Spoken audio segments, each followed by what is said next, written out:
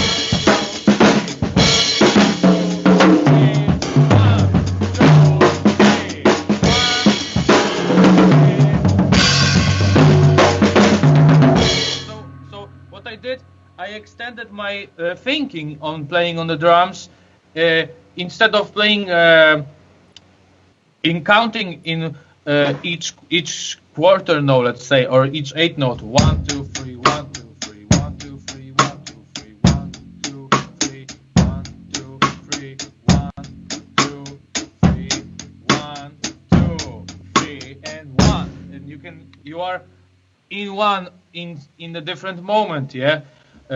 So 1, 2, 3, 4, 5, 1, 2, 3, 4, 5, 1, 2, 3, 4, 5, 1, 2, 3, 4, 5, 1, 2, 3, 4, 1, 2, 3, 4, 5, 1, 2, 3, 4.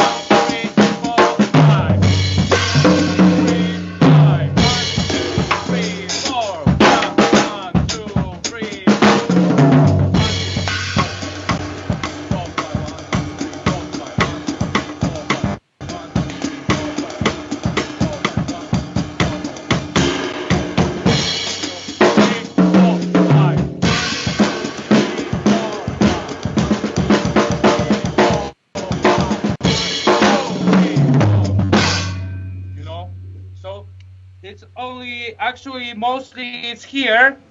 But before you have to learn all those rudiments, so you have to learn the language, and then you have to program yourself somehow. Yeah, indeed, yeah, of course. That is absolutely wonderful. So drums, of course, now from moving from polyrhythms to the idea of polyphony, polyrhythms. Let's talk about sonoristically. Playing, which is playing for the ordinary listeners and also for lay people like me. It is playing only on the timbre of different pieces of the drum set. And I think you guys use it on when you're improvising freely. Would you mind demonstrating some for us?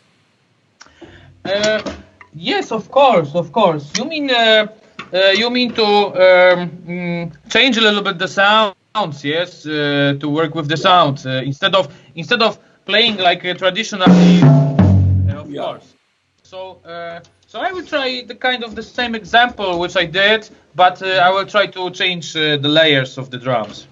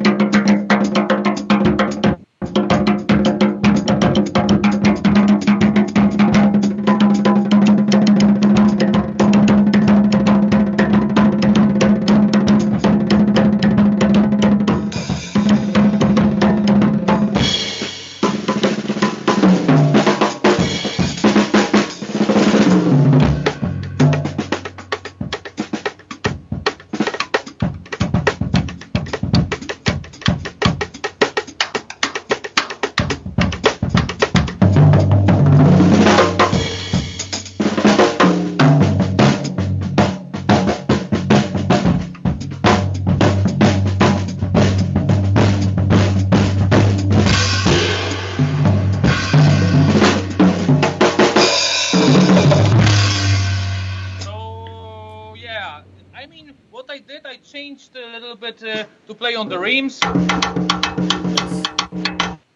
This is quite an easy trick. And also the side you use. Yeah, also on the sides, yeah. Here, yeah. Yeah. I mean, I saw you. Then I was thinking about Yamaha, and I thought let's maybe don't do it because they're gonna be angry that I destroy the drums from the back. But anyway, what I did also is, of course, there are different. That's already 3 mentions of Yamaha. Now I'm making a 4th. They need to send me a check now. I hope so. They're gonna do. But also, you can change your sticks for quite a different.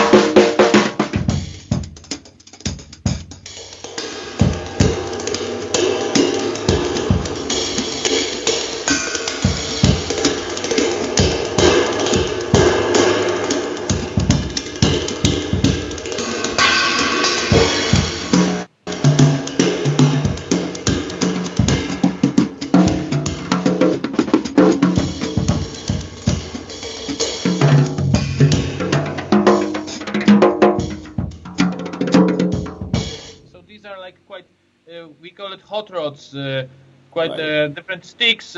You can use it. You can use also mallets. I don't know where I have them now, but yeah. So I want to now go further. No, that's wonderful. That's enough demonstrations of the the sonoristic kind of element. Also, that you can play with hands. Yes, you can play with hands. Yeah, this is your. Okay. I think it's more yours. Let's see you. Let's see you use your hands. Yeah.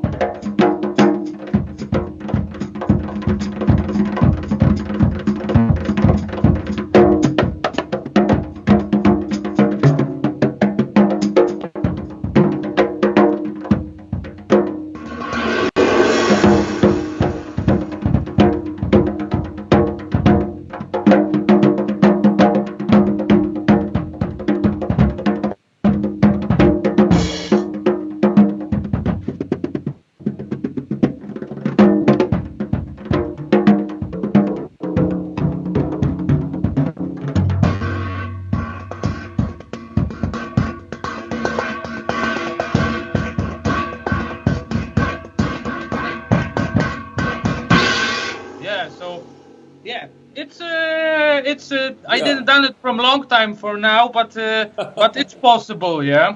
So I want to move on now. Let's talk of one of your favorites. I understand is Dennis Chambers. Why does he make your favorite chart? But I don't know who said that Dennis Chambers is the biggest one. Of course, I admire Dennis Chambers. He's a great drummer, amazing drummer, which has a peace in his mind, So what I have considered is that actually Dennis Chambers he's playing really crazy things all over the drums, but he's really focused. And he never plays too much, and he never overplay, and he plays every time his job really well. He makes his job really well. So I can tell you, he is one of my favorite, but there's plenty more. So I see. Can you demonstrate something that he does? By of course, talking about it is there, but it'll be great to see it if you can. Demonstrate a small piece of any not just Dennis Chambers, of any favorites that what has inspired you, of anyone that you would like to share. So for sure, Elvin Jones is the one from a more acoustic jazz.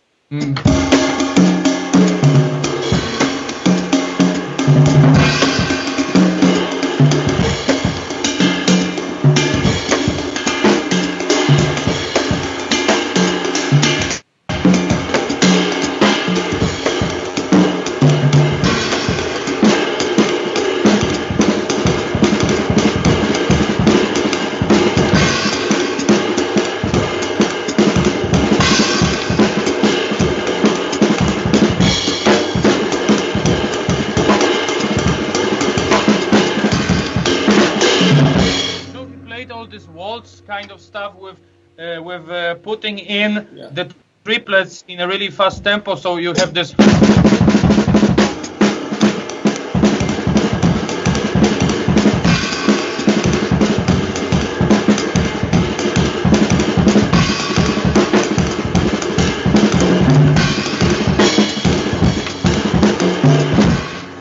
So he played with John Coltrane Quartet, and this was one of the biggest inspirations. But there's plenty more of that. it's hard to do the same stuff which they are doing, but listening to their music is quite enough to also understand something, and also to go and see them alive. This is really great. I saw. Oh, it is. It is. Sometime ago, like 5 years ago, I think, or maybe more now. I was in New York for a while, and I saw Jimmy Cobb, the drummer called Jimmy Cobb. He recorded an album with Miles Davis called "Kind of Blue," and he is still alive, and he is well known from playing only quarter notes. You know, like there's like the band swinging like bam, bam, bam, bam, bam, bam, bam, and he played only quarter notes. And seeing this quarter note, can you imagine? One quarter note can be different than the other quarter notes because different drummer is playing this quarter note, you know, and suddenly even the quarter note gives this characteristic sound of the typical person that you are blind and you can hear this music and you exactly know that it's that drummer or not. So so Jimmy Cobb was one of them, really old drummer. But also from this new people is Eric Harland, which is like a New York drummer. So all of them, they are kind of quasi playing these things which the old drummers were playing, the jazz drummers were playing, but they make it quite a tricky way, like a more sharp way and more modern way. I don't know how to explain it. Maybe I'm just gonna play. Yeah, that's the best.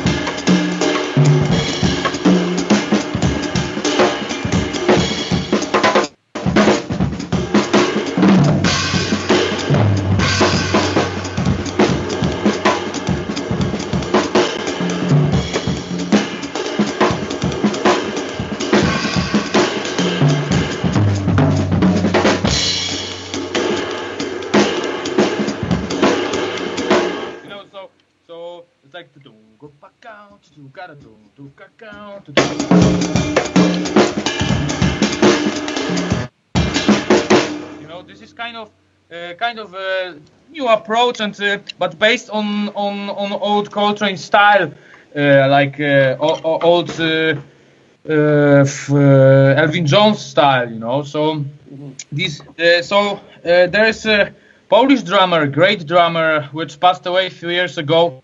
One of my mentors called Janusz Stefański, and Janusz Stefański learned me a lot of things, actually how to play like these Elvin Jones guys, and he played with a lot of great players in all over Europe, and I'm glad that I met this person, because there's plenty of great Polish drummers too, and actually I can tell you that in my country this jazz approach is quite different than American. There is even in American. I want to come to that in the sense that talking of the politics now. Usually Americans have only taken in things. Jazz seems to be the only cultural export. Of course, there are some wonderful poets now. As the world is going up, becoming upside down, America is also producing wine, which is unthinkable. I mean, until a few years back, it was unthinkable.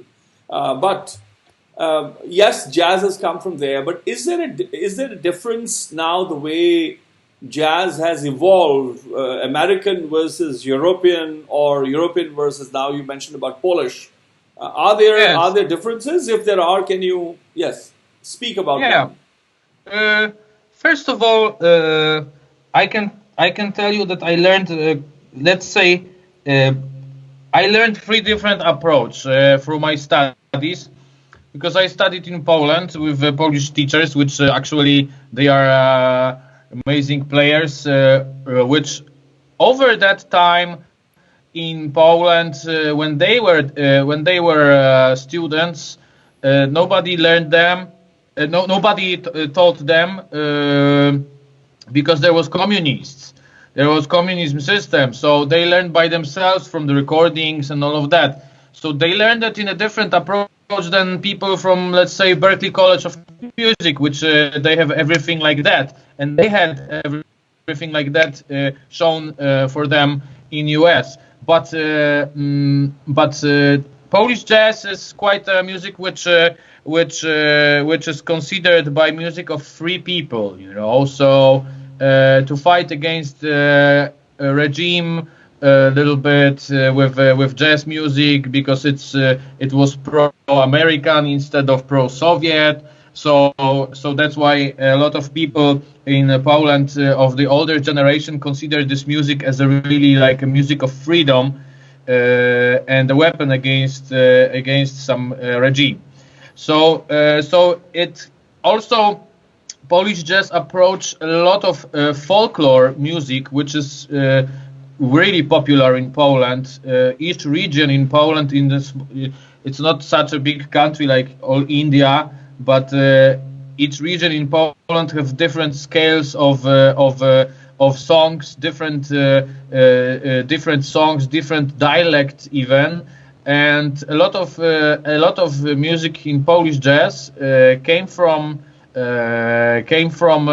let's say Highlanders, which are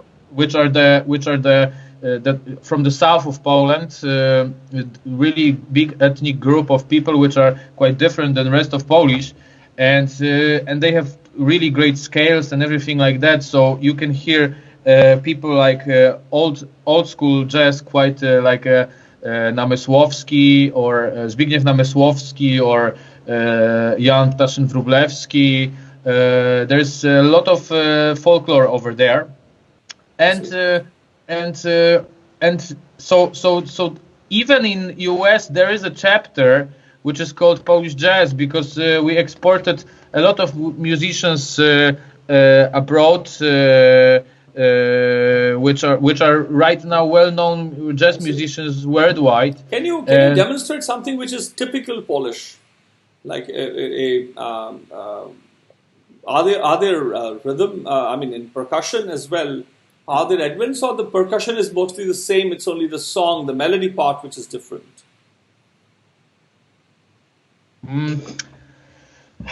It's what I have in mind. I didn't study folk music, but of course I listened to that. But there is a lot of a lot of this approach that drummers in folk music, they had there was like two guys usually. One guy was with the bass drum, and another guy was with the how it's called, tamburino. So I see. Okay, I understand.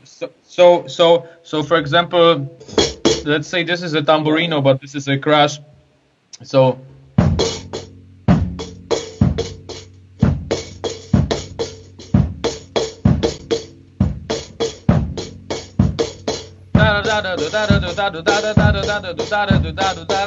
you know, it's hard to me to do it, but you can listen to styles like Kuyak. But I was wondering whether you could typically demonstrate that. But it's very interesting that the Polish jazz has.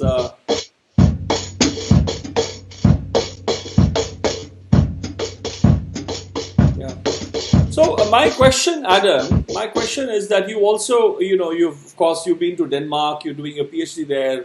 That's more the Scandinavian part of the world. is there, I mean, apart from, so we are talking about percussion, not about the jazz vocals or strings or instruments, the membranophones or aerophones and all that. So, although you're a pianist, so I'm not, but today's conversation I want to limit only just for the sake of it in the percussion aspect. Is there, apart from the melodic structures or compositions that are drawn from, let's say, the folk or the classical or modern compositions, which may be a blend, which may be very eclectic, is there any particular difference that you see, which I mentioned about European versus Poland, but that the fact that you've been in Denmark, is there a difference between how jazz is, I mean, on the percussion played in Poland? It somehow is parallel to what I asked in terms of American versus Polish or European jazz in terms of rhythm, percussion. I'm not talking about the melody part again. In Denmark or other Scandinavian areas or regions, and your native country, Poland, is there a difference the way you you handle percussion, or percussion remains more or less the same? I think there is a difference because Scandinavia is a different region than let's say Central Europe, which I'm from, and I can see a big difference because first of all, Danish drummers and Danish percussionists, they are more into space, and all the Scandinavian people, they are more into space. I think I was having some conversations with a few Danish great musicians. One was the saxophonist called Hans Metzko, and this and I told him that you know, I can hear your wind and everything in your music because it's quite windy, you know, over there, and you can feel melancholy, and also over there, I can say with my experience in Denmark, it was more than 5 years, that drummers over there are playing. Also, they are more open to playing free. So free improvisation, and we say in Polish to make a little magic on the instruments. So they, you know,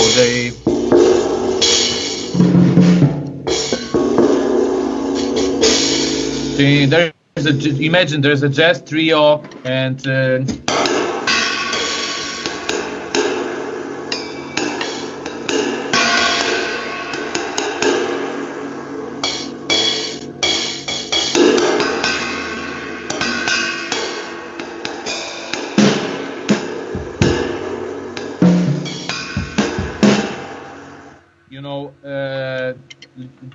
Bobo Stenson trio was it's very interesting in the for example in our system, in the singing of they're like odes or ballads. Like when we sing them, there's a rendition of the slokas. So the composition may starts with, let's say, chant. So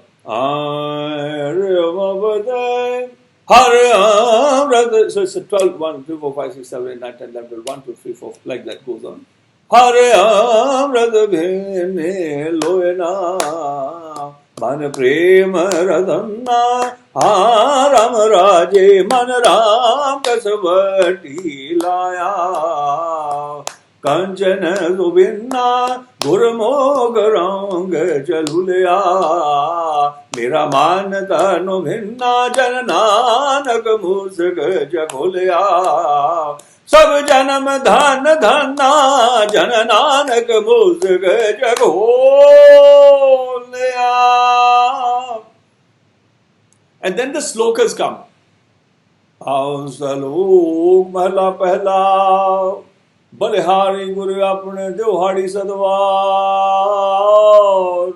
Jin Manaste Devte Kiye Kartana Lagi Var Mahla Duja Je Sao Chanda Ugve Suraj Chade Hajar Ete chanan hondeya Gurvin Gorandhar.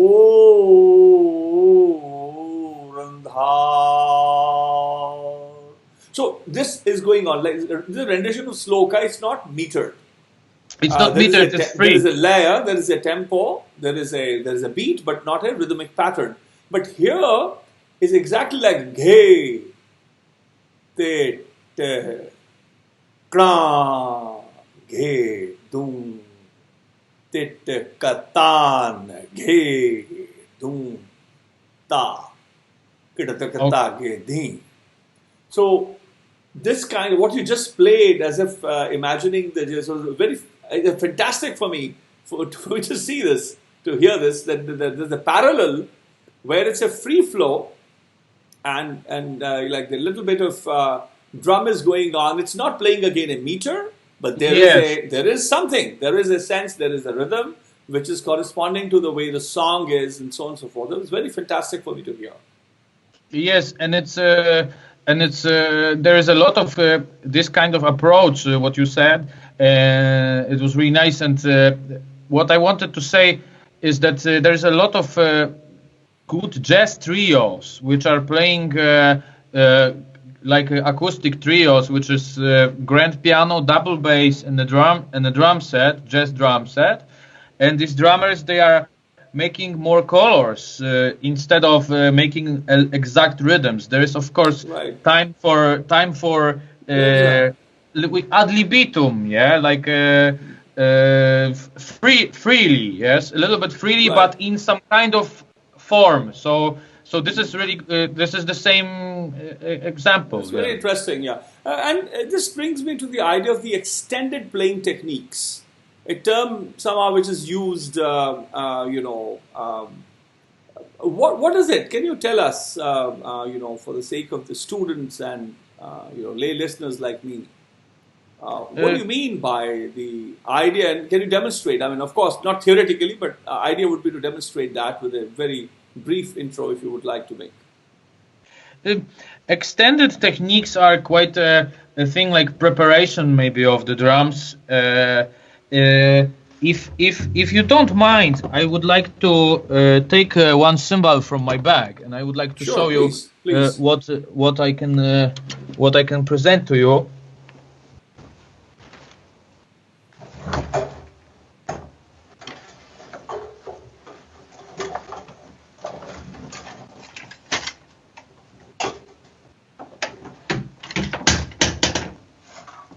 Yeah, I got it here.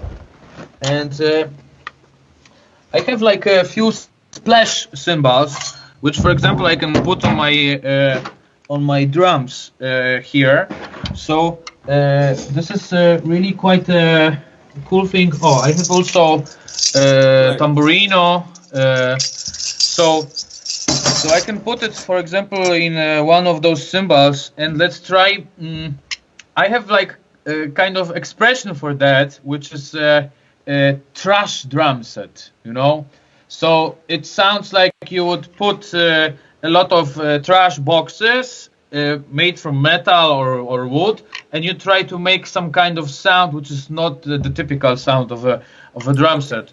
So for example, one of it is putting this old splash which I have here, and it's really old one, totally no name. But there are some names of my friends here, which they gave me as a present, and I use it to this day.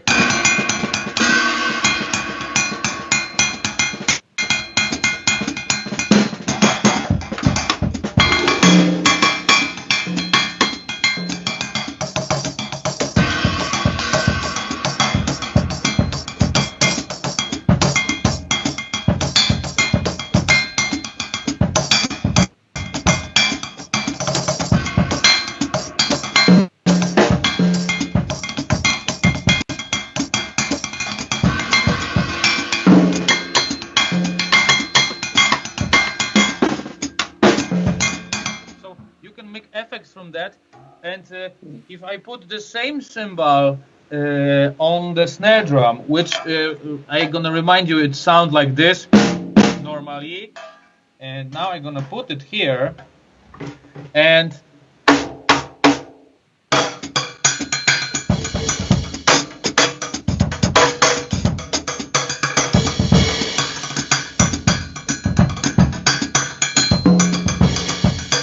okay. And also I can try to put different splash. I will try. Let's try this one.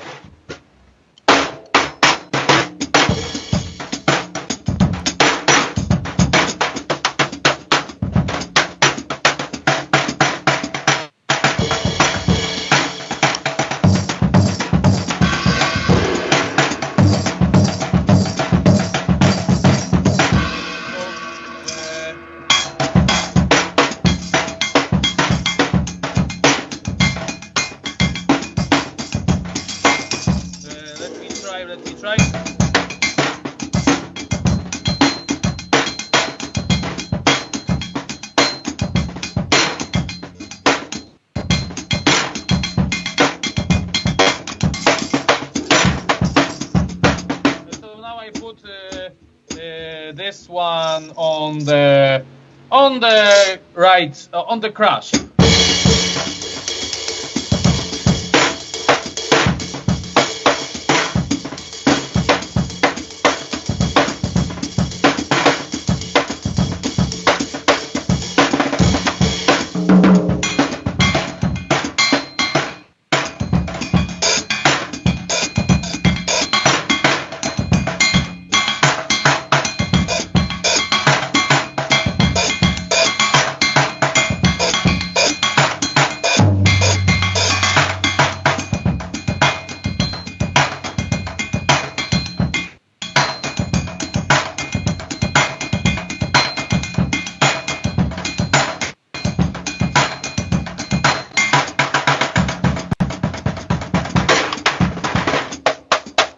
Sometimes it's beautiful and sometimes it's not.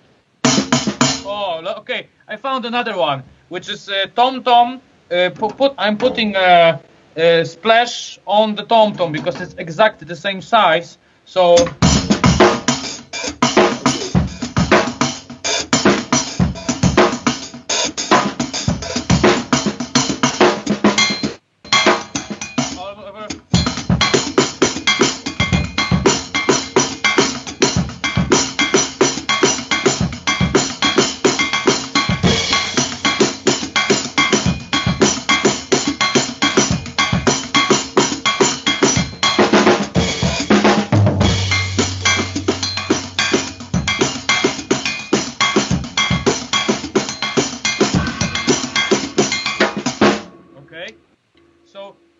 the extended techniques which I can use. Okay, that's very nice. Thank you for that. And you mentioned about the tom-toms. How do you use them in your improvisations? Can you play something and improvise, focused on the tom-toms, if you may? Yes, of course. I'm always trying to use the tom-toms as especially those ones. It's really cool to use in case of how you call it, melodic approach, because of course I can present it to you, but it's just I was just looking for a key, but I don't have it right now with me. But let's see that each tom-tom got each exact note, so actually you can make melodies out of it. So right now what I have it in tune is, so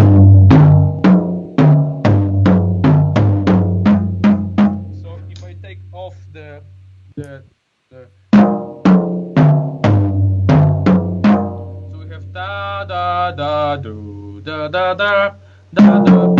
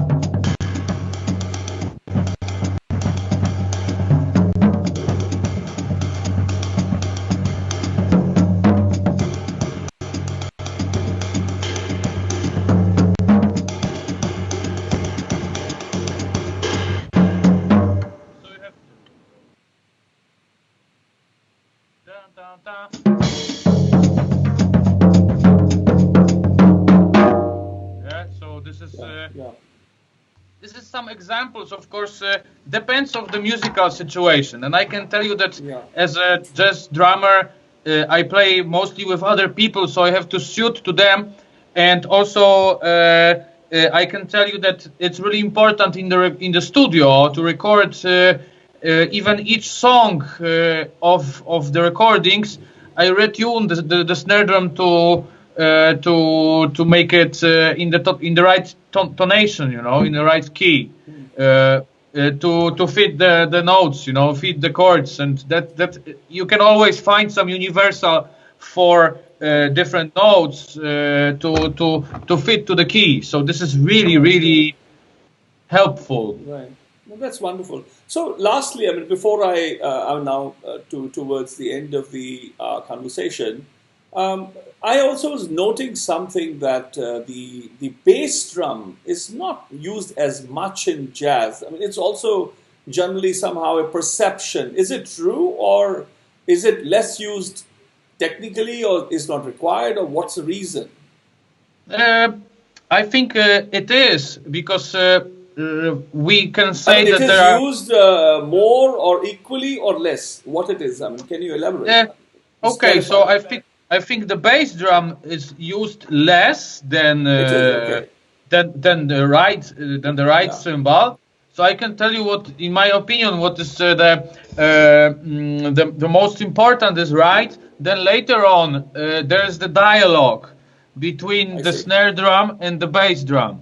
So the right cymbal goes by itself all the time, has to be as a drive with the double bass.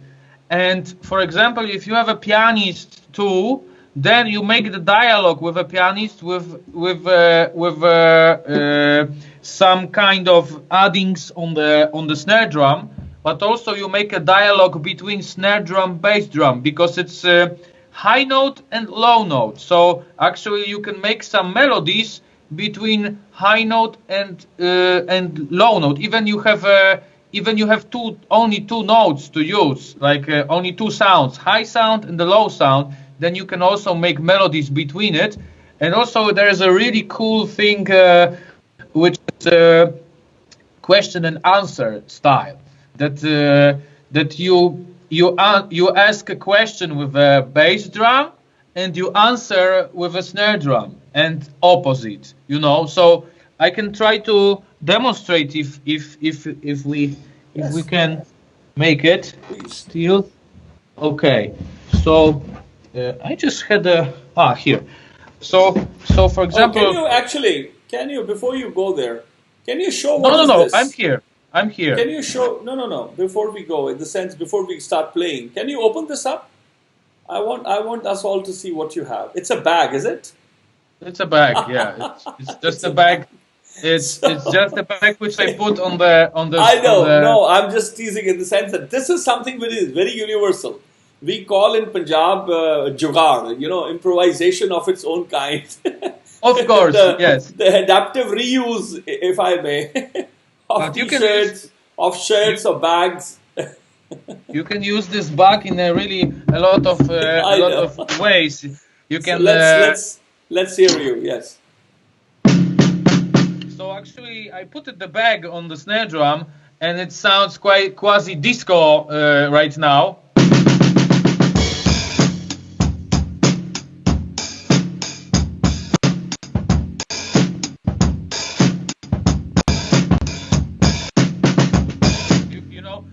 But it's not the topic. But I will put it later on. But for now, I just want to show you the question and answer in the swing. The bass, about the bass drum, yeah. Yes. So we have the right cymbal. And now,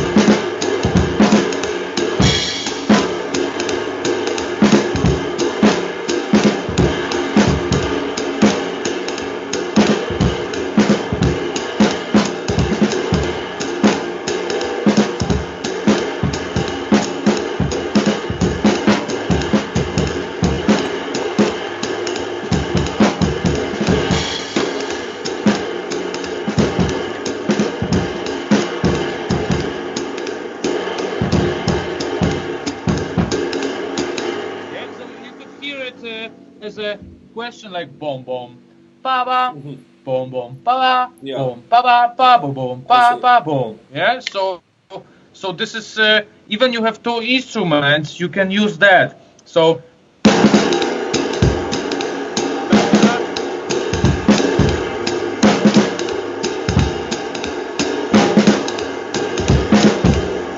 So it's question, answer. Yes. Is Question, answered. answer. Yes. Da da da da. So it's like Okay. a conversation between Like a conversation. two. Yes. But Right. here everything stays the same on Stays the on right. the, yes. It's more Yeah. predominant on the right. Yeah. Yeah. Okay. So thank you. I mean, I'm so grateful that you joined in. And would you like to play to end? Just play and no talk. And we've spoken about. I think the listeners would want to see you in action now. They would be really tired of my questions. Okay. I hope they are. Okay. If they are not, then I would be worried. Can we just have you play, just a solo for us? Okay. I will try before I play. So I just want to say thank you for invitation. No, That's really great. we'll. Okay, Ah, no, we will. we'll talk about. We'll thank each other Oh. later. We'll Okay. say goodbyes to everyone later. Yeah.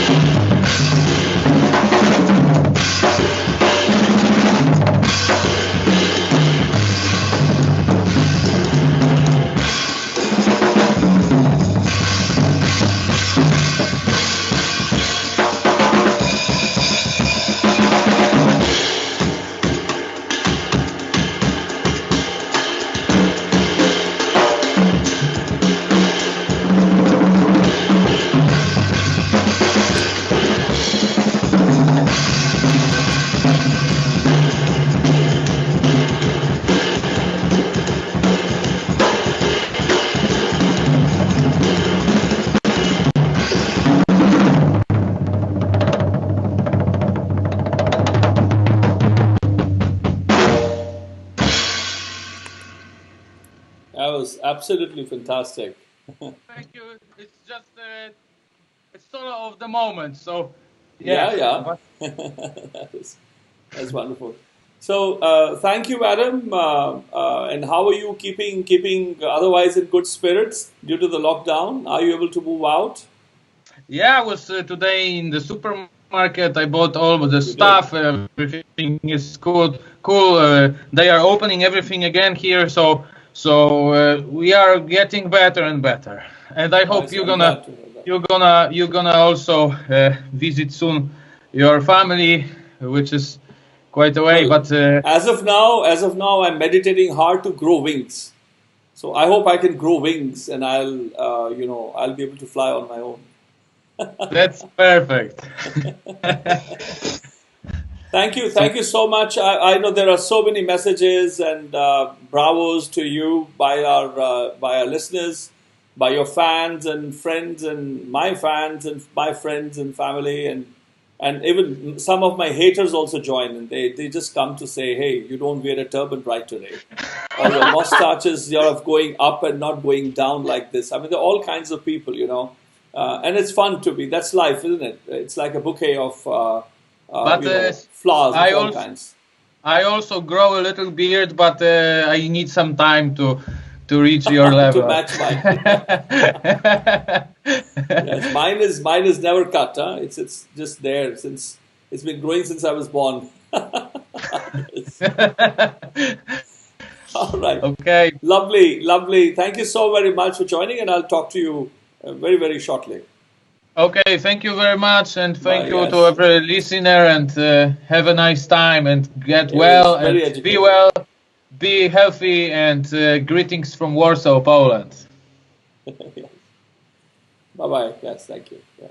Bye bye. सो दोस्तों ਇਹ ਸਨ ਸਾਡੇ ਬੜੇ ਹੀ ਪਿਆਰੇ ਮਿੱਤਰ ਅਜ਼ੀਜ਼ ਔਰ ਜਿਹੜੇ ਕਹੀਏ ਬੜੇ ਵਿਦਵਾਨ ਹਨ ਕਿ ਜਿਹੜੇ ਵਜੰਤਰੀ ਹਨ ਐਡਮ ਸਕਾਵਰਸਕੀ ਔਰ ਮੈਨੂੰ ਆਸ ਹੈ ਕਿ ਤੁਸੀਂ ਆਨੰਦ ਲਿਆ ਹੋਵੇਗਾ I hope that you've enjoyed the playing of Adam. He's joining us straight from Warsaw. And he's also in quarantine and he's keeping busy. He's practicing, he's composing, he's producing. And it was very educative. I personally got to ask him several questions. I think I'm more literate in jazz drumming than I was before the start of the program. The idea was to ask him questions that I, as a layperson, as a non-specialist of jazz music, could ask. And I learned a lot. And I hope that you'll become more informed listeners. You'll become more appreciative about the intricacies and the technicalities and the uniqueness, the finesse, and the subtle differences and the distances that there are that form over time. Preferences of different musicians, as we learned today, that it's not just American jazz anymore. And of course, American jazz is not one kind, one umbrella term. American jazz is so many kinds. New York is different, and so on and so forth. Other places down south is totally different. And here the sensitivities are European, Polish, Scandinavian, and so on and so forth. I would be interested maybe in speaking with Maestro Juliana Sosha about how the idea of jazz drumming. How drumming is in jazz in Italy, for example. We were very fortunate to have she was a second guest here. And believe you me, I'm going to have a conversation with her too about percussion now because I'm more learned. I'm more informed. So I hope that your listening will be more informed than it was before. And I'll see you tomorrow. I'm looking forward to another evening. We have I hate him, but he's a darling of a fellow. Look at the photo. Isn't he funny? This is after his program. I mean, he was sleeping. Of course, that's our horrible off timings. I mean, he's sleeping when I'm awake, and I'm awake when I'm sleeping when he is up and about. So I stole this photo from his Instagram. He saw a cup of coffee, and I hate him for seeing that cup of coffee, that he actually got to drink it, right? I would love to have a cup of coffee. It's been, I don't know how many weeks since I had coffee here. So we're going to be having a conversation tomorrow, which is Tuesday, May 5th, 2020. We'll talk about Sufi music, but with a different perspective altogether. So we've had Dr. Madan Gopal Singh speak about. I mean, it was so educative, so informative. Then we had Imtiaz, Sitara Imtiaz, Hilal Imtiaz, Abida Parveen joining us, and we saw her share some of the jewels from Sindh and some of the things that she has sung, and over the time she's composed, what her father taught, her teachers taught, her inspirations, and so on and so forth. It was yesterday. It was an extraordinary session too. And I'm looking forward to speaking with Dhruv Sangari, Urf Bilal Chishti, and about he is the youngest disciple of Ustad Nusrat Fateh Ali Khan. And I hope that you will be able to join tomorrow as well. So dosto, I'll sign off in Punjabi, a few things just to summarize. So dosto, आज तुसी मैनू आस सुनिया होएगा Adam स्टॉवर्सकी उन्हां दी जिहड़ी jazz drumming हैगी है, वक्रियां वक्रियां वंदियां किवें ने। अमरीका दे विच जदों जैज़ पनपिया तकरीबन 100 साल पहलां ड्रम सैट बनिया सी, ये बहुत पुराना साज नहीं है, पर अमरीका वर्गे देशां लई 100 साल 125 साल की परंपरा बड़ी वड्डी होंदी है। जिहनूं कहंदे आ जिवें साडा उन्हां दा $1 साडे लई 65-70 रुपये हुंदा है, उदां साडी एक शताब्दी जिहड़ी है उन्हां लई 1000 साल हुंदा है। साडा जिद्दां दा इतिहास हैगा, जिन्नी वड्डी साडी याद है। पर ये ड्रम के बारे जिहड़ा अमरीका दे विच कई किस्म का जैज़ है, उहदे वजाण दीयां वंगियां वखरियां ने, उन्हां दे विच क्योंकि खुला है एक तरह नाल, जिहड़ा कोई विद्वान वजंतरी हैगा अपनी वो ताबीयत नाल ये ड्रम सैट वधा लैंदा है, घटा लैंदा है, वखरे वखरे किस्म दीयां आवाज़ां कढदे ने। उन्हां दी जिहड़ी जिहनूं कहंदे आ उन्हां दी जिहड़ी काबलियत है वो वखरे किस्म की है। अपने जिहड़ी पखावज दीयां चीज़ां ने अज समा नहीं मिलिया उन्हां नाल मैं सांझियां करदा या कुछ पढ़दा, लेकिन मैं अज समा लाया समझण लई जैज़ बारे। किसी वेले होर गल करांगे। मेरे बड़े अजीज़ हनगे ਜਦੋਂ मैं अनाद फाउंडेशन ने सब तो पहला लय दर्शन किया सी, revealing the riches of percussion in South Asia 2005 ਵਿੱਚ ਪਹਿਲਾ ਜਿਹੜਾ ਵੱਡਾ ਇਵੈਂਟ ਸੀ, ਜਿਹੜਾ ਬਹੁਤ ਸਰਾਹਿਆ ਗਿਆ ਸੀ। ਪ੍ਰੋਫੈਸਰ ਐਸ ਕੇ ਸਕਸੈਨਾ ਨੇ ਕਿਹਾ ਸੀ it's the biggest, I mean the most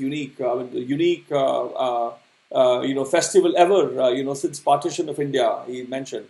ਜਿਸ ਮੈਂ ਪੂਰੇ ਦੇਸ਼ ਚੋਂ ਵੰਨਗੀਆਂ ਸਦੀਆਂ ਸਨ ਲਏ ਦੀਆਂ, ਉਹਦੇ ਵਿੱਚ ਮੈਂ ਪੜ੍ਹਨ ਵੀ कराई सी। पंडित सुशील जैन होनी चंडीगढ़ों आए सन, पंडित पन्ना लाल उपाध्याय गया तो आए सन, उन्होंने उच्चारण पढ़ंत की सी सारे ने बह के। और उत्थे मैं शिवू कुमार साढ़े विद्वान जोड़े हनगे अनंत कुमार शर्मा वो बैंगलोर तो उन्होंने आके तविल वजाया सी, ते नाल उन्हां दा एक स्टूडेंट सी जिहड़े जिन्हें ड्रम्स वजाए सन। कर्नाटक संगीत दे विच जिहड़ी लय दी परंपरा उन्हें वैसटर्न जिहड़ा ड्रम है उत्ते कीता सी।